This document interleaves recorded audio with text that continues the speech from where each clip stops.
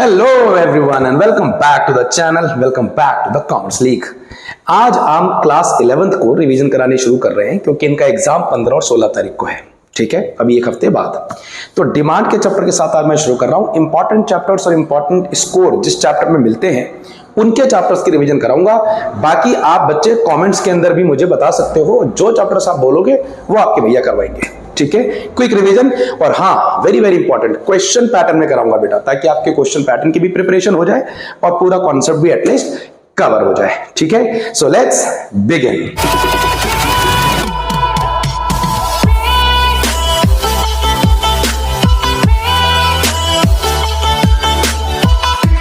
तो डिमांड है आज का चैप्टर। डिमांड जो है उसके जो भी एक्सपेक्टेड क्वेश्चंस एग्जाम में इस बार आने वाले हैं वो मैंने ऑलरेडी यहां लिख दिए। ठीक है, आप इसका स्क्रीनशॉट ले लो। ले लिया।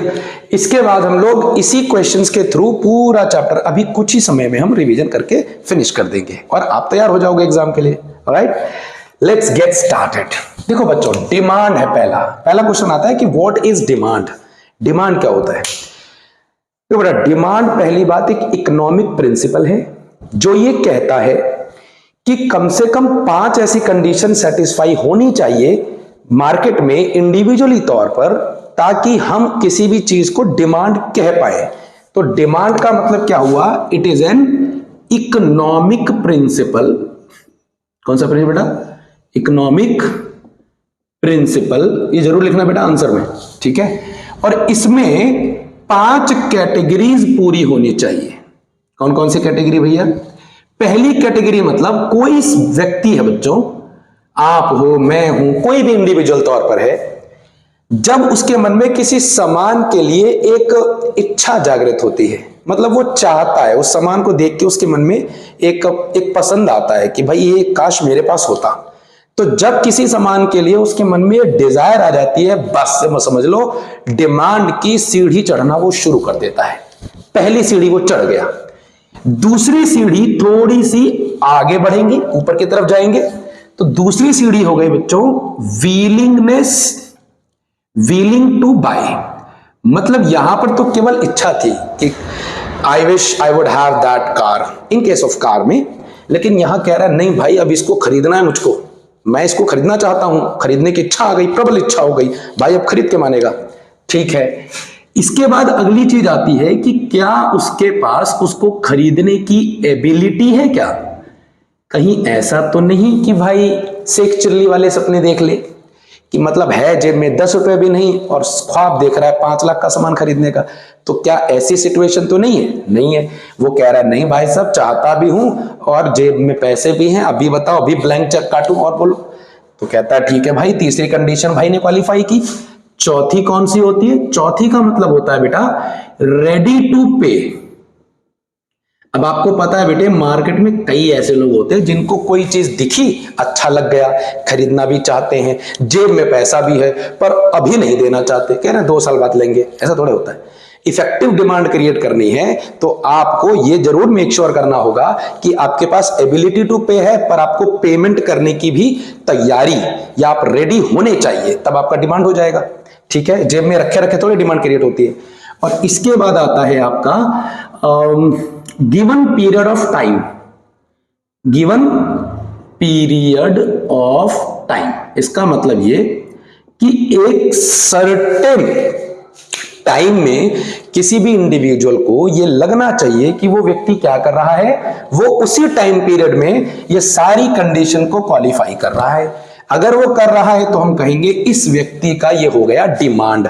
और क्योंकि इंडिविजुअल तौर पर हो रहा है तो इंडिविजुअल डिमांड। इसी के जैसे 4, 5, 6, 7, 10, 50 और जोड़ दो मार्केट में, तो क्या बन जाएगा? Market demand. क्लियर हो गया? क्यों ना हम लगे हाथ कर्व भी कर लेते हैं बच्चों। आ जाओ जरा जल्दी से कर लेते हैं कवर। ये अपना हो गया कर्व। यहां पे हम शो करते हैं प्राइस, यहां पे हम शो करते हैं क्वांटिटी। ठीक हो गया? ये नॉर्मल होता है बच्चों डिमांड कर्व। क्या हो गया? Demand curve. मान लो ये कोई व्यक्ति है, उस व्यक्ति का नाम है मान लो ए नाम है उसका। ठीक है, ये कोई दूसरा व्यक्ति है, उसका नाम है बी। ठीक हो गया? इसका डिमांड कर्व भी इस तरीके से हो गया। अब अगर मैं ये कहूं, ये जरूर लिखते रहना बेटा, इंपॉर्टेंट होता है, एक्स वाई यहां क्वांटिटी शो करते हैं, यहां प्राइस शो करते हैं। अगर मैं कहूं कि इन्हीं दोनों को जोड़ दीजिए मार्केट में, तब क्या सिचुएशन बनेगी? हम कहेंगे जी कोई दिक्कत ही नहीं है।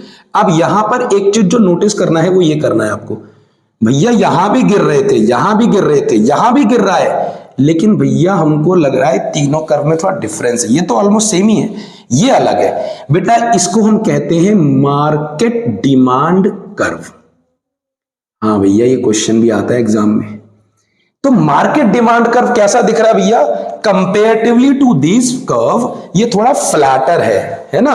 तो जैसे जैसे इंडिविजुअल ऐड होते चले जाते हैं इकोनॉमी के अंदर, वैसे वैसे मार्केट डिमांड कर्व कैसा होता जाता है? बोल के बताओ जरा, बोलो फ्लैटर, बोलो हाँ करेक्ट। चलो, तो ये हो गया आपका पूरा, ये लगे हाथ इसको ना। अच्छा एक बात और बताओ बेटा, एग्जाम में आपको पूछे या ना पूछे कर्व जरूर बना देना चाहिए। कर्व से नहीं, बिल्कुल कर्व बनाना चाहिए। इकोनॉमिक्स में तो कर्व ही तो है, जैसे मैथ में फॉर्मूले हैं देने ही पड़ते हैं, प्रेजेंटेशन भी बेहतर लगती है, वैसे कर्व बना दो, शेड्यूल बना दो, इकोनॉमिक्स का टीचर खुश, और वो खुश तो फिर आप खुश। ठीक, अच्छा इसको भी मिटा ही देते हैं, इसकी क्या आई थिंक समझ में तो आई क्या? ये लो बेटा, ये मैंने कर दिया इसको रफ। अब हम करेंगे अगला question.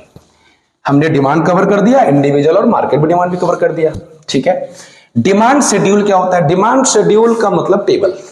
Demand schedule refers to the table showing various quantity of demand at each possible prices.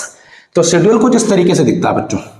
आओ जरा, सेकंड क्वेश्चन कर रहे हैं ना हम लोग। हाँ, ये इस तरीके से, ये हो गया प्राइस ऑफ गुड एक्स, ये हो गया क्वांटिटी ऑफ गुड एक्स, ठीक है।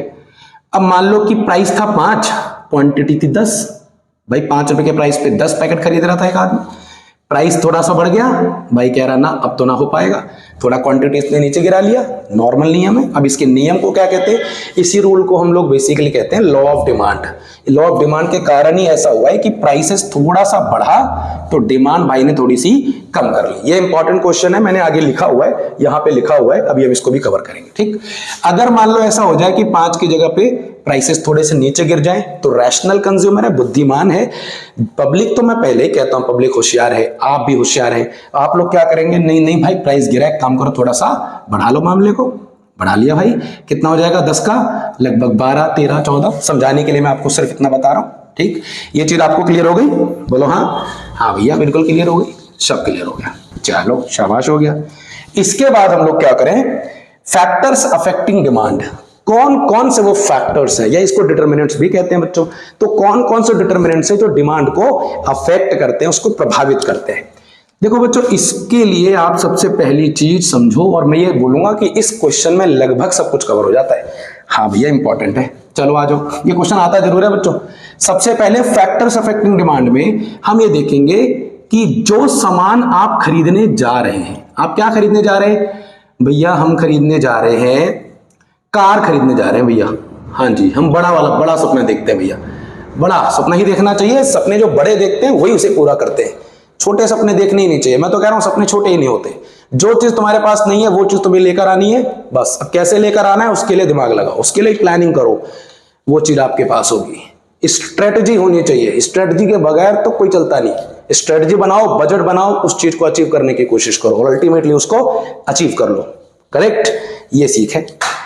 प्राइस ऑफ ओन गुड्स का मतलब हुआ कि जब मैं कोई सामान लेने जा रहा हूं उसका प्राइस ऊपर या नीचे होगा तो मेरे डिमांड भी ऊपर नीचे हो जाएंगे, जैसे मैंने शेड्यूल में करके बताया। दूसरा बच्चों होता है टेस्ट एंड प्रेफरेंस। क्या होता है बच्चों? Taste and preferences. Taste and preferences का मतलब होता है प्रायोरिटी, लाइक्स, डिसलाइक्स। जो चीज मुझे पसंद होगी मैं उसकी डिमांड ज्यादा करूंगा, जो चीज पसंद नहीं होगी मैं उसकी डिमांड कम करूंगा, या फिर डिमांड करूंगा ही नहीं, क्योंकि मैं तो माइक्रो इकोनॉमिक्स पढ़ रहा हूं। माइक्रो इकोनॉमिक्स में इंडिविजुअल के तौर पे पढ़ना है। नहीं पसंद हो मैं नहीं लूंगा भाई, नहीं पसंद मेरे को। अब मेरे को ये पसंद नहीं भिंडी की सब्जी, ठीक है, अब मुझे नहीं पसंद, तो फिर क्या ही प्राइस मैटर करेगा? नहीं चाहिए, सिंपल है, नहीं चाहिए तो फिर नहीं चाहिए, तो डिमांड नहीं होगी, ठीक है। आप लोगों में से भी कोई ना कोई कुछ ना कुछ बच्चे कुछ ना कुछ सब्जी वगैरह चीजों में नहीं खाते, तो जो चीज नहीं खाते वो चाहे कितने बड़ी प्राइस हो आप लोगे क्या? नहीं लोगे, सिंपल सा रूल है। और अगर व्यक्ति, मान लो कि कोई व्यक्ति है, एज के साथ उसकी टेस्ट नहीं बदलती, बदल मैच्योरिटी आने लगती है, क्या करेगा? अभी 8 साल का बच्चा है, बोलेगा मुझे कार्टून की किताब चाहिए, कार्टून पढ़ेगा, मजा आएगा उसको पिक्चर देखने में।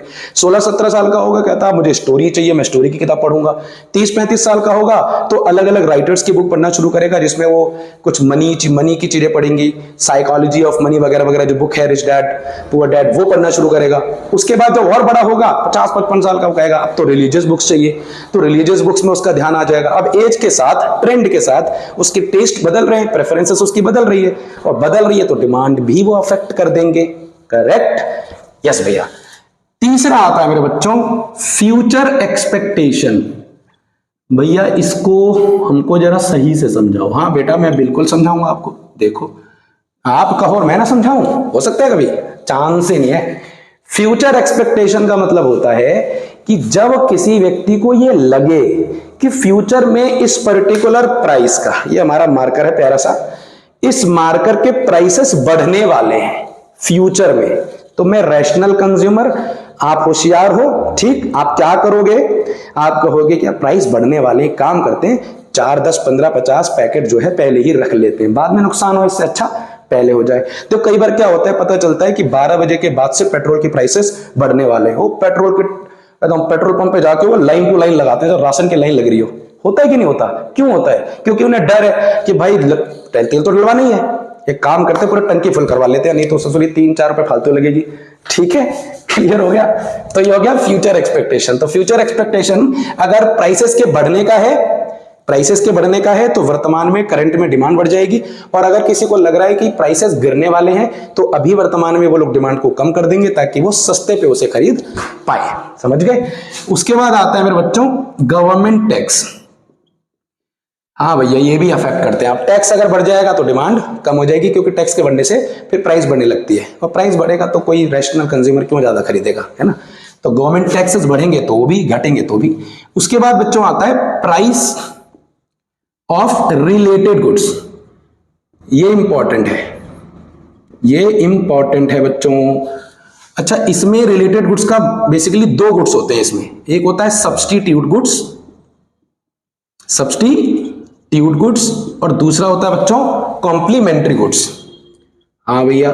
अच्छा भैया ये जो क्वेश्चन है ये इस तरीके से पूछ सकता है। हाँ बच्चों क्वेश्चन ऐसे पूछ सकता है कि how substitute goods affect the demand, या फिर दूसरे टाइम पे ये भी पूछ सकता है कि how complementary goods affect the demand.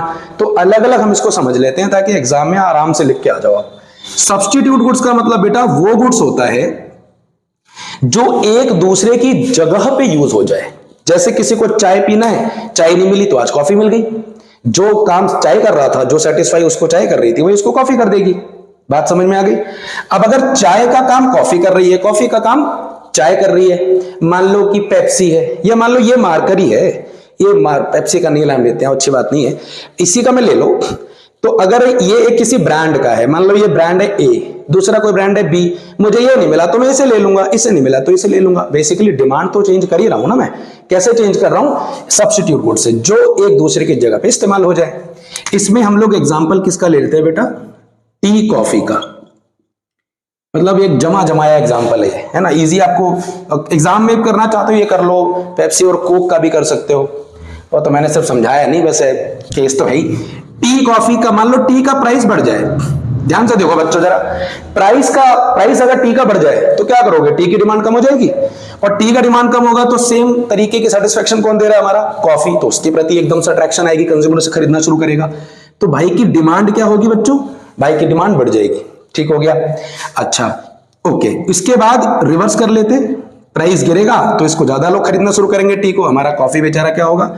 Coffee कहेगा भाई साहब ये क्या बात हुई, मैंने तो अपना प्राइस भी चेंज नहीं किया, मैं तो कुछ कर ही नहीं रहा, फिर भी मेरे को आपने कम खरीदा। हम कहेंगे भाई साहब सुनो, आप भी वही दे रहे थे, सुबह सुबह अपने को चाय कॉफी में से कुछ तो पीना ही था, तो बस आपके प्राइसेस चेंज नहीं हुए, इसने कम कर दिया, तो अपन इसकी तरफ चल देंगे, टेंशन ले लेने का, है ना भाई। अपन तो फिर ऐसे ही है, मतलब कंज्यूमर तो वैसे ही है, जिधर सस्ता मिला और सेम क्वालिटी मिली या सेम तरीके की सेटिस्फेक्शन मिली तो कंज्यूमर तो ठप से वहां पहुंचता है, टेंशन लेता है नहीं वो। ठीक। अब कॉम्प्लीमेंट्री देखो बच्चों, कॉम्प्लीमेंट्री गुड्स क्या होते हैं? कॉम्प्लीमेंट्री गुड्स एक साथ यूज होते हैं, मतलब हम तुम्हारे बिना नहीं रह सकते, वो वाला एटीट्यूड है। ठीक है। तो कॉम्प्लीमेंट्री गुड्स का मतलब ये हुआ कि अगर मैं बोलूं कार, मैं बोलूं पेट्रोल, ठीक है, कार और पेट्रोल एक दूसरे के साथ यूज होंगे, कार के बिना पेट्रोल का क्या यूज और पेट्रोल के बिना कार का क्या यूज हो गया, ठीक हो गया। अच्छा, कार के प्राइस अगर बढ़ जाए तो क्या कार खरीदे जाएगी? हाँ भैया खरीदेंगे, पर डिमांड तो कम हो जाएगी, थोड़ी सी डिमांड कम हो जाएगी। तो कार जब लोग कम खरीदेंगे तो पेट्रोल ज्यादा लेकर क्या करेंगे? पेट्रोल का फिर क्या ही यूज है, तो पेट्रोल भी वो कम कर देंगे। तो यहां पे आप देखोगे कि इनका प्राइस बढ़ा और इनका डिमांड घटा। यहां क्या रिलेशन था? देखो, अप अप डाउन डाउन, तो यहां रिलेशन था डायरेक्ट, या मैं इसको कह सकता हूं पॉजिटिव रिलेशन। कौन सा रिलेशन कह दिया बच्चों? मेरे पॉजिटिव रिलेशन कह दिया। और इस वाले केस में क्या है बच्चों? इनडायरेक्ट रिलेशन या नेगेटिव रिलेशन भी कह सकते हैं, ठीक हो गया। तो रिलेशन कैसा हुआ? इनडायरेक्ट। उसका प्राइस बढ़ा, इसका डिमांड गिर गया, उसका प्राइस गिरा, उसका डिमांड बढ़ गया, ठीक है। इसको कहते हैं कॉम्प्लीमेंट्री, मतलब प्राइस ऑफ रिलेटेड गुड्स इस तरीके से अफेक्ट करते हैं हमारे डिमांड को इकोनॉमी के अंदर। इसके बाद आता है बेटा एक और आता है, इनकम लेवल भी कर ही लेते हैं लगे हाथ, कि कंज्यूमर की इनकम लेवल भी तो डिसाइड करती है कि क्या इकोनॉमी के अंदर डिमांड होगी नहीं होगी। अब ये कैसे होती है? अब मुझे बात बताओ बच्चों, आपकी इनकम बढ़ जाएगी तो क्या आप डिमांड नहीं बढ़ा दोगे? बढ़ा नहीं दोगे? पहले मान लीजिए कि आपके पास 2 सीटर सोफा था, आप 4 सीटर सोफा ले लोगे। आपके पास पहले नॉर्मल स्कूटी थी, आप कहोगे इनकम बढ़ गई भाई, अब बाइक भी लेंगे, अब 2 पहिया हो गया, अब हम थोड़ी सी 3 पहिए की तरफ चलेंगे। 3 पहिए में तो क्या ही लोगे, 4 पहिया लेंगे, है ना। तो आप डिमांड क्यों बढ़ा रहे हो? क्योंकि आपकी इनकम बढ़ गई। इनकम बढ़ने का मतलब आपके अंदर एक पावर आ गई कि भाई अब हम वो भी चीज करेंगे जो हम नहीं कर पा रहे थे मजबूरी में, तो कि पैसे नहीं थे हमारे पास, ठीक समझ में आ गया। इनकम लेवल के साथ ये जो मैं आपको कह रहा हूं कि इनकम बढ़ेगी तो डिमांड बढ़ जाएगी, इनकम गिरेगी तो डिमांड गिर जाएगी, ये होता है नॉर्मल गुड्स के केस में, मतलब जो अच्छी क्वालिटी के होते हैं उनके साथ। यहां पे क्वेश्चन देखो बच्चों, ये क्वेश्चन पूछा है प्रीवियस ईयर पेपर में, पूछा था कि नॉर्मल गुड्स कैसे अफेक्ट करते हैं, नॉर्मल गुड्स कैसे अफेक्ट करते हैं डिमांड को। हम कहते हैं भाई देखो, नॉर्मल गुड्स इनकम लेवल के केस में जब इनकम लेवल बढ़ती है तो नॉर्मल गुड्स की डिमांड भी बढ़ने लगती है, और ये गिरती है तो साथ में ये भी, तू आगे आगे मैं पीछे पीछे वाला कनेक्शन है, ठीक है। इसके बाद नॉर्मल गुड्स, अब नॉर्मल गुड्स तो क्लियर हो गया। नॉर्मल गुड्स का कैसा रिलेशन है बच्चों मेरे? पॉजिटिव रिलेशन है। किसका? Positive relation. किसके साथ? इनकम के साथ भैया, बहुत बढ़िया हो गया। अच्छा, इंफीरियर गुड्स क्या होता है? इंफीरियर गुड्स का मतलब होता है नेगेटिव। नेगेटिव क्या होता है भैया? इंफीरियर गुड्स मतलब घटिया क्वालिटी का, चीप क्वालिटी का, जो बहुत अच्छी क्वालिटी का होता नहीं। इसको हम गिफन गुड्स भी कहते हैं, क्योंकि इसका जो पूरा कॉन्सेप्ट है वो गिफन साहब ने दिया था, गिफन पैराडॉक्स भी कहते हैं उसको, ठीक है। अब इंफीरियर गुड्स के साथ क्या होगा? कोई व्यक्ति चीप क्वालिटी का सामान खरीद रहा है, तो आप बताओ क्यों खरीद रहा होगा? उसकी कोई मजबूरी होगी, पैसे नहीं होंगे उसके पास, यही कारण है। अब अगर उसके पास प्राइसेस तो खैर छोटे ही होंगे उसके, ज्यादा तो होंगे नहीं, चीप क्वालिटी का कौन सा कोई महंगा दे देगा और कौन उसे खरीद लेगा। लेकिन इनकम बढ़ेगी तो एक आदमी 15 रुपए का कोई ब्रेड का पैकेट खरीद रहा था, अपने बच्चों को खिला रहा था सुबह सुबह, ठीक है। भाई रोज रो रहा था कि यार मेरे बच्चे अच्छी क्वालिटी का सामान नहीं खा रहे। भाई की मजबूरी है, भाई को प्रमोशन मिली, भाई ने कोई जॉब स्विच की, भाई को थोड़ा सा इनकम मिला। अब जब ये पैसे बढ़ेंगे, इनकम इसके पास बढ़ेगी, तो क्या वो नहीं चाहेगा कि अब 15 रुपए का सामान नहीं, अब घटिया क्वालिटी का सामान नहीं खाना, हेल्थ खराब होती है। एक काम करते हैं, 35-40 रुपए का ब्रिटानिया ब्रेड खाएंगे बच्चे। अब 35-40 रुपए का ब्रिटानिया ब्रेड खाने का मतलब क्या हुआ कि यहां पर जो ये डिमांड थी इंफीरियर क्वालिटी वाले सामान ब्रेड की, वो क्या हो जाएगी? इनकम तो बढ़ी पर ये चला गया नीचे। उसके बदले में जो नॉर्मल गुड्स था अच्छी क्वालिटी, उसका डिमांड बढ़ गया। तो वहां पॉजिटिव रिलेशन, यहां पे नेगेटिव रिलेशन। क्लियर हो गई बात? आई होप आपको समझ में आ रहा होगा। हाँ जी भैया समझ में आ रहा है, पूरा रिवीजन हो रहा है भैया हमारा। तो अब आता है बेटा डिमांड फंक्शन। क्या होता है? Demand function. कहते हैं डिमांड फंक्शन क्या होता है? हम कहते हैं डिमांड फंक्शन का मतलब होता है it is a functional relationship, ठीक है। क्या बोलते हैं भैया? It is a functional relationship between demand and other factors. भैया क्या होता है? देखो, जो भी फैक्टर्स अफेक्ट करते हैं, सब हमने क्या लिखा था? फैक्टर्स अफेक्ट ही तो लिखा था। इसी को हम लोग एक स्टेटमेंट की तरह लिख देते हैं और एग्जाम में नंबर हो जाते हैं, आंसर बढ़िया हो जाता है। इसको इस तरह लिखेंगे बेटा। ये क्या लिखा मैंने? डिमांड फंक्शन का रिलेशनशिप क्या होगा? पहले तो आप बढ़िया से डेफिनेशन सुनो ध्यान से। Demand function refers to the functional और we can say mathematical relationship between the demand and the factors affecting the demand. Clear हो गई? ये हो गई स्टेटमेंट। इसके बाद इसको हम शो कैसे करते? तो ये हो गया बेटा डिमांड फॉर गुड एक्स। हमने कोई एक्स गुड लिया है, मैगी, पार्ले जी, जो मर्जी ले लो। इसके बाद यहां पर आ गया एफ। एफ मतलब फंक्शनल रिलेशनशिप। ये क्या हो गया बेटा? ये हो गया रिलेशनशिप फंक्शनल, किनके बीच में, डिमांड और यहां में क्या लिखने जा रहा हूं, फैक्टर्स अफेक्टिंग इट। तो कौन कौन से फैक्टर्स थे, price of good x, price of related goods, government हमने टैक्स की बात की, जीटी, उसके बाद हमने इनकम की बात की, फिर हमने फ्यूचर एक्सपेक्टेशन की बात की। तो ये सारे फैक्टर्स डिमांड को कैसे प्रभावित करते हैं उसके बीच का रिलेशन है। बात समझ में आ गई, इजी है। चलो उसके बाद आता है बच्चों मेरा law of demand. Law of demand मतलब कीपिंग अदर थिंग्स कांस्टेंट, मतलब जितने भी फैक्टर्स और मार्केट में है, कौन कौन से, धूम तका, इन सबको अगर मैं कांस्टेंट मान लूं और केवल प्राइसेस का रिलेशन डिमांड के साथ करने की कोशिश करूं कि अगर गुड एक्स के प्राइसेस में जो भी चेंज हो उसके कंसीडरेशन में, उसके कॉरेस्पॉन्डिंग में डिमांड कितना चेंज हो रहा है, अगर मैं ऐसा करूंगा तो देन आई कैन से कि भाई ये लॉ ऑफ डिमांड है, लॉ ऑफ डिमांड। और हमने अभी शेड्यूल भी बना के दिखाया था। तो ये वाली चीजें क्लियर हो गई, तो यहां पे आपका लॉ ऑफ डिमांड क्लियर होता है। अब एक बात और जो एग्जाम में आता है कि भैया डिमांड कर्व हमने जो भी बनाया था वो कैसे बनाया था, डाउनवर्ड स्लोपिंग। कैसे बनाया था बच्चों, ये गया धुम करके, तो भैया ये ऊपर से नीचे ही क्यों आ रहा है, ऊपर से नीचे क्यों आ रहा है, आओ देखो ये प्राइस होता है, देखो, और ये हमारा एक्स है भाई, ठीक है, ये वाई एक्सिस हो गया, ये हमने क्वांटिटी शो कर दी यहाँ पे, ये जरूर करते रहना एग्जाम में, भूलना नहीं। कई बार हो जाता है कि ये पूरा बना के आ जाते हैं, ये दोनों छोड़ देते हैं, नहीं भैया पूरा करना पड़ेगा। अच्छा मान लीजिए ये प्राइस है नॉर्मल प्राइस, ये नॉर्मल प्राइस था और ये नॉर्मल क्वांटिटी ली जा रही थी, ठीक हो गया। इसके बाद अगर प्राइस गिरेगा, हटो भाई जरा, ये प्राइस थोड़ा सा गिरा तो क्या क्वांटिटी नहीं बढ़ गई, आप बताओ मुझे। ये क्यों हो रहा है, ये इसीलिए हो रहा है क्योंकि प्राइसेस के गिरने पर डिमांड बढ़ती है और प्राइसेस के ऊपर जाने पे डिमांड घटती है। इसीलिए हम कहते हैं कि लॉ ऑफ डिमांड का मतलब there is an inverse relationship between the price and the quantity demand, not demand quantity demand. Generally demand बोलते हैं बट टेक्निकली इसको क्वांटिटी डिमांड कहते हैं, ठीक हो गया। इस वजह से तो लॉ ऑफ डिमांड के कारण ही हमारा जो डिमांड कर्व है वो डाउनवर्ड स्लोपिंग होता है, मतलब ऊपर से नीचे की तरफ जा रहा होता है। हाँ जी सर, बिल्कुल समझ में आ रहा है भैया। मैं सब्स्टिट्यूट गुड्स तो क्लियर कर चुका, कॉम्प्लीमेंट्री गुड्स भी आप समझ चुके हैं सारा, इंफीरियर गुड भी समझ चुके हैं, नॉर्मल गुड्स भी समझ चुके हैं, अरे वाह। अब आता है शिफ्ट एंड मूवमेंट।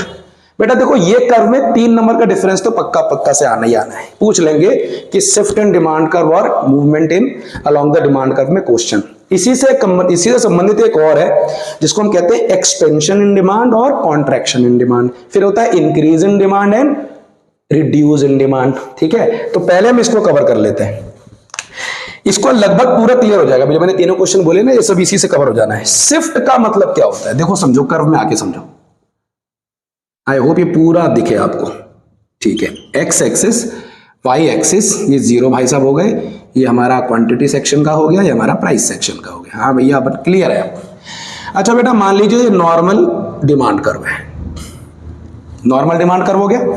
अब मैं इसको डी लिख देता हूं भाई, डिमांड कर्व किस है। तो अगर मैं ये कह रहा हूं कि प्राइसेस में कुछ भी चेंज ना हो, प्राइसेस में कुछ भी चेंज ना हो, बाकी फैक्टर्स चेंज होने लगे, और बाकी फैक्टर्स मतलब टेस्ट बढ़ गई, फ्यूचर एक्सपेक्टेशन ऐसा लग रहा है कि भविष्य में जो प्राइसेस है वो बढ़ने वाले हैं, तो या अभी की डिमांड क्या हो जाएगी, बढ़ने लग जाएगी, क्योंकि अभी सस्ता लग रहा होगा कंपैरेटिवली टू फ्यूचर। तो क्या करेंगे, वो अपनी डिमांड को बढ़ाएंगे ना। प्राइस तो उतने, मान लो प्राइस 10 रुपए है, लेकिन क्वांटिटी भाई हमारा खरीद रहा था 10 रुपए, 10 क्वांटिटी खरीदा था, 10 पैकेट खरीद रहा था। अब क्या करेगा भाई, बढ़ रही है चीजें, तो क्या करेगा, ये करेगा भाई मैं थोड़ा सा ज्यादा लूंगा, मैं 20 क्वांटिटी लूंगा, जबकि प्राइसेस में कोई चेंज नहीं हुआ। तो इस वजह से ये अगर मैं इसको लाइन को कर्व बनाऊं इस तरीके से और ये मैं जॉइन कर दूं, तो क्या यहां पर एक कर्व और नहीं बन गया, आप बताओ मुझे, ये पूरा एक डिमांड कर्व एक और नहीं बन गया। इसी को कहते हैं हम लोग राइटवर्ड शिफ्ट। डिमांड में या किसी भी इकोनॉमिक्स के या इकोनॉमी के कर्व की प्रेजेंटेशन में जब भी राइटवर्ड शिफ्ट होगा, समझ जाने का कि इकोनॉमी में चीजें बढ़ रही हैं, और अगर वो लेफ्टवर्ड शिफ्ट हो रहा है इट मींस कि मामला खराब हो रहा है, ठीक है। तो ये क्या हो गया बच्चों, डिमांड कर्व शिफ्ट हो गया। तो ये हमारा था डी, अब हो गया D1। तो डी से D1 क्यों हो गया, क्योंकि यहां पर अदर फैक्टर्स रोल प्ले कर रहे हैं, प्राइस बिल्कुल कोई रोल प्ले नहीं कर रहा। बात समझ में आ गई है, बहुत सही बात हो गई। तो शिफ्ट हो गया, क्लियर, समझ आई। हाँ, इसको इस तरीके से भी लिख सकते हो कि जो प्राइस का फैक्टर है वो कांस्टेंट है, ऐसा बार लगा दो कांस्टेंट हो जाएगा, और जो अदर फैक्टर्स है अदर फैक्टर्स, उसमें क्या हो रहा है बच्चों, उसमें चेंज आ रहा है। क्या आ रहा है बच्चों मेरे, चेंज आ रहा है, शाबाश। और ये रिवर्स भी हो सकता है, मान लो कि टेस्ट कम हो गई, फ्यूचर में प्राइसेस कम होने वाले, या गवर्नमेंट के जो टैक्सेस है वो थोड़े से कम हो गए, ठीक है। अब गवर्नमेंट के टैक्सेस तो खैर बढ़ेंगे तभी जाकर डिमांड कम होगी। अब यहां पे मामला आ गया, मान लो ये 10 यूनिट से ज्यादा कह रहा, नहीं भाई मैं केवल 5 ही लूंगा, मगर ठीक है भाई ये तो इतना ही है। अब कर्व कैसा बनेगा, बन गया, ये गया इधर लेफ्ट साइड में। इसका मतलब ये हुआ कि ये जो डिमांड है ना, ये कर्व शिफ्ट हो रहा है इधर राइटवर्ड और लेफ्टवर्ड। क्लियर। अगला आता है बच्चों movement along demand curve. Movement along demand curve में अदर फैक्टर्स का फिर कोई रोल नहीं है, फिर यहां फैक्टर्स किसका इंपॉर्टेंट हो जाएगा, प्राइस का, उस पर्टिकुलर सामान के प्राइस का जिसको मार्केट में हम लेने की इच्छा कर रहे थे। ठीक, इसका भी कर्व देखो आप, मूवमेंट अलोंग का, ये प्राइस है, ये क्वांटिटी है, ये मान लीजिए नॉर्मल हिसाब किताब है, ये नॉर्मल मैंने कर्व बना दिया। अब तो आपको पूरा समझ में आ गया होगा, एक्स और वाई। अब एक्स और वाई में अगर आप एक चीज क्लैरिटी से देखो, मान लो कि प्राइसेस के गिरने पर, प्राइस गिरा, क्वांटिटी थोड़ी सी बढ़ी, देख रहे हो क्या हुआ, ये प्राइस के गिरने पर, मान लो प्राइस था, इसको प्राइस लिख दो, ये पी था और ये मैंने P0 कर दिया, P1 करूंगा जब बढ़ाना होगा, P0 हो गया। अब ये Q था तो ये Q1 हो गया। पहले क्या था बच्चों, पहले PQ था, उसके बाद क्या हुआ, P0 Q1, ये शिफ्ट हो गया। क्या ये शिफ्ट हुआ है, नहीं भैया, शिफ्ट कहां हुआ, नया डिमांड कर्व तो बना ही नहीं, उसी डिमांड कर्व पर हो गया, एक यहां पर था एक यहां पर था। इसी को कहते हैं, ये जो डिमांड कर्व है इसमें मूवमेंट हुई है। क्या हुआ बच्चों, मूवमेंट हुई है, और इसी को हम movement along the demand curve के कॉन्सेप्ट को अपन एक्सटेंशन और कॉन्ट्रैक्शन इन डिमांड कर्व भी कहते हैं। कर्व सेम है, और ये जो ऊपर वाला तुमने बनाया था शिफ्ट वाला, वो शिफ्ट वाले को अपन क्या कह सकते हैं, इंक्रीज इन डिमांड और decrease in demand. I hope आपको ये सब अच्छे से समझ में आ रहा होगा, और एग्जाम में अपने को शानदार मार्क्स चाहिए, कोई कॉम्प्रोमाइज नहीं चाहिए, ठीक है। कोई दिक्कत है तो कमेंट कर देना, बाकी तो मैं बैठा हूं, टेंशन नहीं लेने का। इसके बाद आता है बेटा, अच्छा टॉपिक ही खत्म कर दिया, ये सारे एक्सपेक्टेड क्वेश्चन इस चैप्टर से हमने फिनिश कर दिए। आई होप आपको ये सब समझ में आ गया होगा, इनको तैयार कर लो, उसके बाद अपने एग्जाम देखना, सारे क्वेश्चंस आपके यूं होंगे ऐसे। अगर आपको वीडियो अच्छी लगे तो मैं तो कमेंट में तो बनाता रहूंगा वीडियो, जो आप जिस चैप्टर का कहोगे बनाता रहूंगा। इंपॉर्टेंट क्वेश्चन मेरे पास ऑलरेडी हैं, मैं उनकी सीरीज बना रहा हूं, आप तक जितनी जल्दी आपके रिवीजन हो जाए उतना बेहतर। एक हफ्ता आपके पास अब है बेटा, एक हफ्ता कीजिए, फिर 12th में जाइए, जुड़े रहिए और फायदा उठाते रहिए, ठीक है। अगर आपको वीडियो अच्छी लगे तो वीडियो को लाइक करके वीडियो को शेयर कर दीजिए दोस्तों के बीच में, अपने जानने वालों के बीच में जिनको इसका फायदा मिल सकता है। वीडियो पे कमेंट कीजिए कि कौन से चैप्टर और आप आगे चाहते हैं, ताकि मैं उसके रिवीजन करा पाऊं, और अगर नए हो तो चैनल को सब्सक्राइब करके बेल आइकॉन को हिट कर लो, ठीक है। मैं मिलता हूं आपसे नेक्स्ट वीडियो में, तब तक पढ़ते रहो, बढ़ते रहो, खुश रहो। Thank you.